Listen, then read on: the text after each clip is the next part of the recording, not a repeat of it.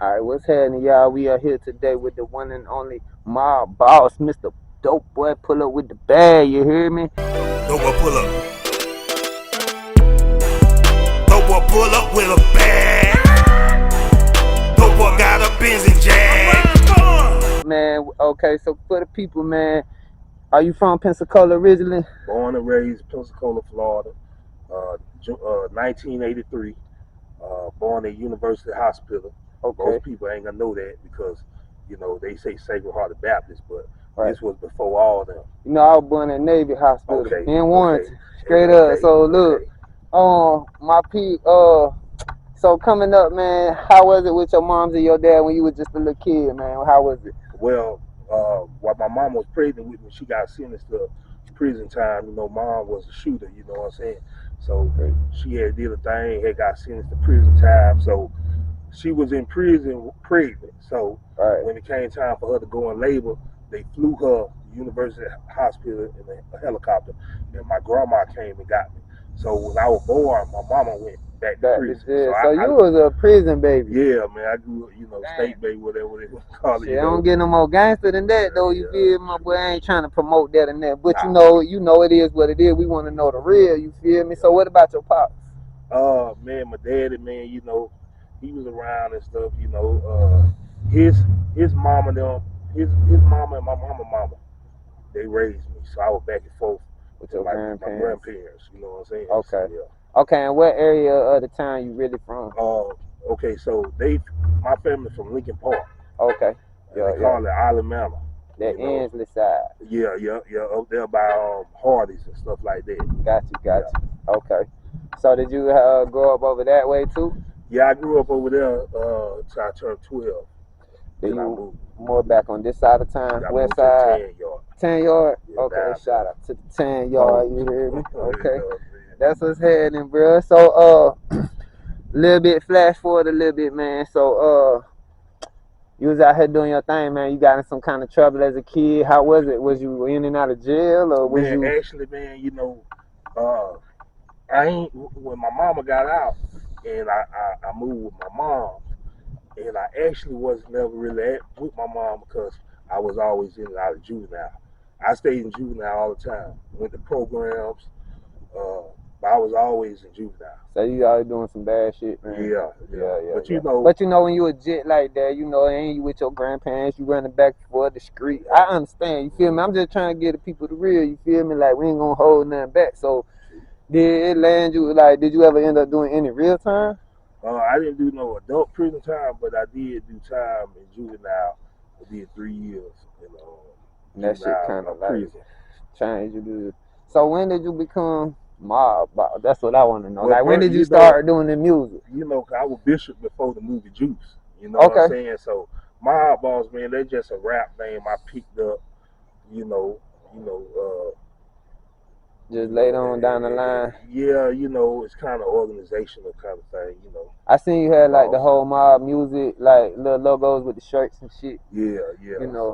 So that, but it's really Bishop, you know what I'm saying? But mob boss just a little name, Okay. 7-4 boss, Got you. So for the people, man, Dope Boy Pull Up in the Bag, that's like one of my favorite tracks. Like, so do you have anything new you bringing out? Are you still doing music?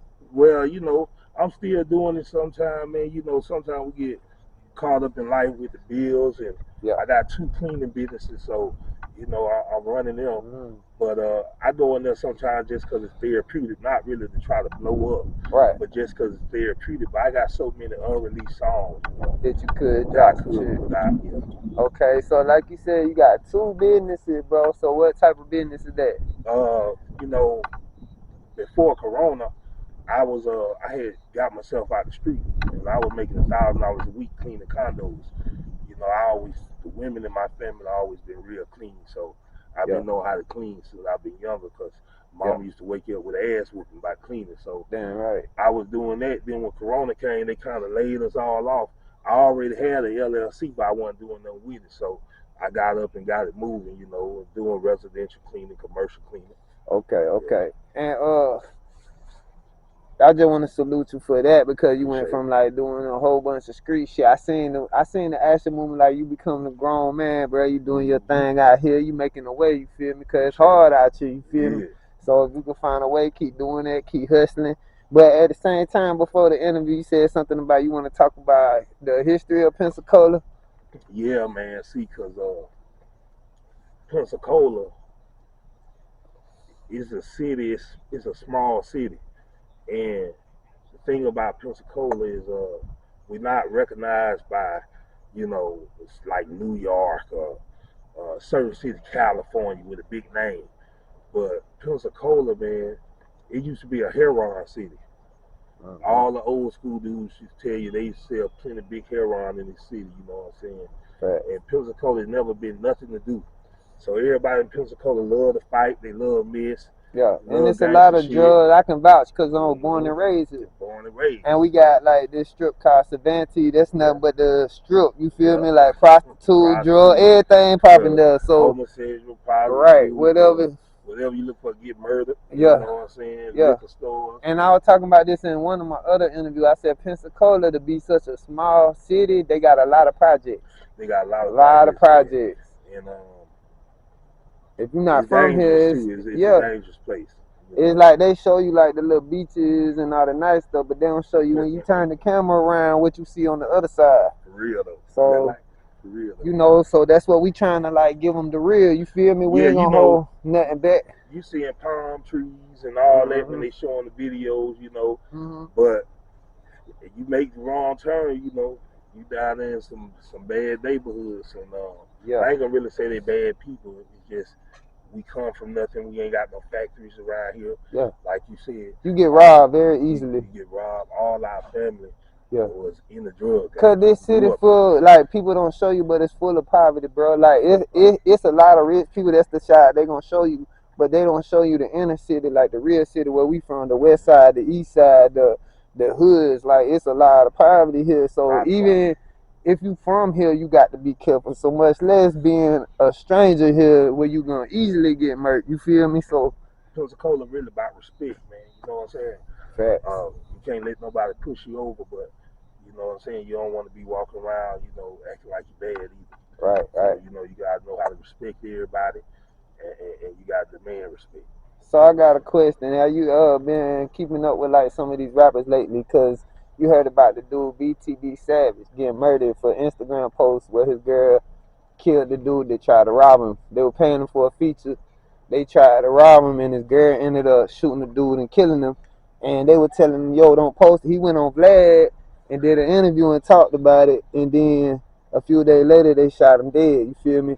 And his own mama got on there and spoke, was like, we told him, don't post it, let the family members mourn. Because, I just wanted to speak on that because that's the type of stuff that go down here, too. Like, if you look at, like, say, for instance, Frozone, one of the artists from here, he was coming up. They took him out. They killed him. Like, anybody who's coming up is crabs in a bucket, bro. Yeah. They don't really want to see you make it if it ain't them. Nah. Number one rule, man, silence and secrecy. Yes. So just like they told Savage, don't speak about it, that was for a reason, Facts. Always keep stuff to yourself. Don't get to talking about things. I learned that from Pimp C. Pimp C, he talked about everybody. Yes. R.I.P. And sometimes they just make you a target, man, doing all that talking. So silence and secrecy, man, a lot of things you don't talk about. Social media got this era messed up because they putting too much of their business out, bro. Back in our days, we weren't talking. You do some gangster shit, you gonna do it, and that's it. You probably done did some more shit that you ain't gonna speak on, which, hey, it is what it is. We don't need to know that. Facts. That's some real shit. So that's how people really incriminating themselves, brother. And then not only that, they saying, oh, you snitching and that, but you snitching on yourself, brother. Like, I'm gonna say this though. The thing when people say you snitching on yourself, that's somebody's right to me. Facts. Because all these gangster stories or whatever, somebody's telling you something. Right. And people love the bad guy. Right. That's why they got American Gangster and all that, but you gotta know how to tell it. When definitely ain't gonna incriminate when yourself. to tell it. Like with BTB Savage, they had just had happened. It was fresh to the family, so it wasn't a good time to get on there I understand where he coming from too, because you know, being in the rap game, bro, you catch a body, you gonna be like, you know, you make you. That's how it is. They look there like, oh, you the man now. You feel me? So you gonna want to talk about it, but you gotta remember that dude that you caught the body got a whole family out here that's gonna ride for him. You feel me? See, I'm gonna tell you, man, just like the game, man. You know, I look at stuff like that where a lot of dudes that asked to be in the game, they was pulled in it. Right. So, you know, just like if you catch your body or something, I don't think that's nothing that somebody would be wanting to talk about, because man, you get a lot of sleepless nights about stuff like that. And like you say, people, family. And one thing about this city, when you talking and somebody standing beside you, you don't know who cousin or brother that is. And around here, you gotta stand on what you say. Got to. Cause if not, you know, they're gonna make you stand on it. Like if you out here talking about catching body, I used to be bad about that, you know, in my rap talking this and that. Then I had to even catch myself, like, bruh, chill, cause one day somebody gonna pull up and be like, hey, you might so and so, you talking this and that on them records. Shit, let's see what you talking about. You feel me? And that happened to a few of the artists. See, in my music, I always talk about hustling and getting money. You know what I'm saying? I try to stay away from the violent aspect, but I say a little bit of that, you know, because that's where you come from. So it's hard to just not say nothing about it. And I respect when you talk about that, you know, somebody gonna test it, see if it really. You gotta say it in a certain way, man. Because if you out here saying, "Oh, I'm Mr. This and that," like you talking like you real tough, they gonna test you like you real tough. Now, if you just speaking some facts and you saying what happened, they gonna see it like, okay, that shit probably really happened. That's true. You know, people always wanna get stripes off your name. Facts. You know what I'm saying? So you can have a name and people be over time lying, man. I robbed him, I did this to him, you know what I'm saying? Because they try to build their name up. Or they don't really people claiming bodies. People claiming bodies like, oh, you don't know who did it, then there might be somebody, oh, well, we did it. You know what I'm saying? Knowing damn well they ain't do it, but hey, they claiming it, so. See, the family, the way my family raised me, I had my family, like I said, my mom was in prison for shooting. My uncle did 25 in the Fed, never told. A lot of my family, you know, they done been in prison and stuff, and we were just taught that don't talk like that. And my family, when they talk about people, they say allegedly. Right. So basically, that's what's being said. So let me ask you something. What's your take on the whole Gunna case? I know you heard about that, how he supposedly snitched on Young Thug. I know you probably seen the footage of him in the courtroom where he did say, yeah, they was a gang, yeah, they was it, yeah, he. Do you feel like he snitched, or do you feel like he did what he's supposed to do, or what's your take on it? I'm gonna say this, man. You know, people gonna do what they gonna do. You know, Jesus hung with 12 dudes. And he got down, that dude turned him in for 30 pieces of silver. He ain't never did nothing wrong to nobody. So you gotta know who the people is you hanging out with. Right. These dudes buying a $9,000 purse to wear. Right. So you know they gonna tell. You feel me? They wearing purses. But I'm gonna say this, man. Whenever you in a crime and somebody else in it, if you admit guilt, that's telling on the other person. But like I said, when you in something, if Gunna was the only one looking at time, and he could have said, you know, took a deal and said, yeah, I did this, I accept my time. That ain't telling. It's only telling when somebody else is in the crime with you. So he told, you know, but I never really looked at Gunna like he was gonna seasoned street dude like that. Facts, because if you know the Gunna originally, he was already on Crime Stoppers telling before the fame, you feel me? And I posted that a few times already too. A lot of these cats, social media make you live like you this and that, and you really not like that. So they got this whole thing like, look at 6ix9ine, and he got jumped and shit. Well, you said that. And we gotta bring that up since we begging everybody else. See, that's the thing too. Like I'm saying, people gonna be who they is. 6ix9ine. Hey, but at least I give him this. At least he did come out and say, look, these dudes was not loyal to me. They jumped me. They fucked my girl. They did this. Why the fuck would I ride? I agree with him on that tip. But at the same time, you knew what you was getting into before you got in this street shit. So you can't. But that's the thing. He wasn't never no street dude. Right. I agree. So I fought the dudes that was behind him because. Facts. That blame yourself because you knew that he wasn't street. Y'all was using him to get the clout. This a Mexican dude with different color hair. You know, y'all was supposed to protect the bag. Y'all using him for the clout, for the money, and y'all beating him up. Y'all fucking him over. Y'all fucking this girl. Y'all kidnapping him. Making music, man. They was selling out the Trippie Red and selling out to this. So Now, that's where he supposedly, was wrong, because you doing that like you bought that. Then when the time comes, mhm. you know what I'm saying? You So what's fold. your take when the dudes jumped him at the gym? How you feel about that situation? He was in Florida, man. You know, we He don't thought put- Florida was sweet. You feel me? but At the Florida- same time, One thing about Florida, like I say, Florida is a drug city. hmm And I tell and the people Latin all the Kings time. got him. Them was some Latin Kings Yeah. supposedly. But I tell people all the time, New York invented hip hop. Mm-hmm. Can't take that away, New York. Facts on Even that. though dudes in Chicago was doing their thing, But New York is the main, that's the main hub. Yeah. For music, Facts. hip hop. Facts. Then, even though dudes in Chicago was organized and doing their thing, you only learned about really gangs from California, Crips and Bloods.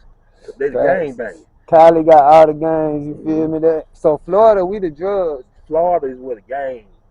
You gotta remember was that's where invented. all the cocaine coming from. The over the borders, like the drugs coming in. We got the Port of Miami. You That's feel when me? when the drugs first hit. That's when Haitians and all that. hit Florida. So you know, anything else, man? We gotta wrap this thing up. Do you got some more shit you wanna touch on before we get up out of the interview, man? I mean, you know, like we said, this is serious, man. So we're gonna do another one, you know. But Yeah. next time we're gonna go deeper, man. You know. Yeah, cause I can sit here all day and talk, man. You know, but we can't get to them like that, cause we got lots of stories to tell, man. Got a lot of stories to tell, man. I appreciate you even having me. Yeah, I appreciate you coming, man. One of the few dudes, man, like could really go into this Pensacola stuff and really got a lot of pride. Yeah. And being in big city, stayed in New York and different places, Right. Atlanta, and really got a lot of pride, man. Right. Of being from Pensacola. Right. You know, Roy Jones from here. Right. NITEMxRE, he supposed to be from here. He don't even want, but we don't. He even don't want claim him. it, but we got the school up there. Say Emmett Smith on the school. You we got feel me? Smoke Gainer. Yeah. You know, We got some people here, man. I think, they say Vince Phillips from over there in Warrenton. Yeah. And you know a lot of legends like Trent Richardson be here. You know, we got some people that. You got Joker. Yeah, Joker, You know facts, big facts. So we want never Eva really, G, man, shout out. Shout out to Eva G. Shout out. One of the best beat producers in the city. And you know, man, I just love the city, man. I remember when Master P them say Pensacola. You Yeah. know they body. Yeah. That used to be one of my favorites to hear. It get me excited. You feel me? So I remember I heard Lil Flip said in one of his songs about Pensacola, and you know he came from here too, cause he was rapping with the Warrenton celebrities back before they got indicted. So a lot of people don't know that. They had some good music too. Fact. Jack Ball, all them boys, like shout out to them wherever they. We never blew up because it never been like no music A&R like.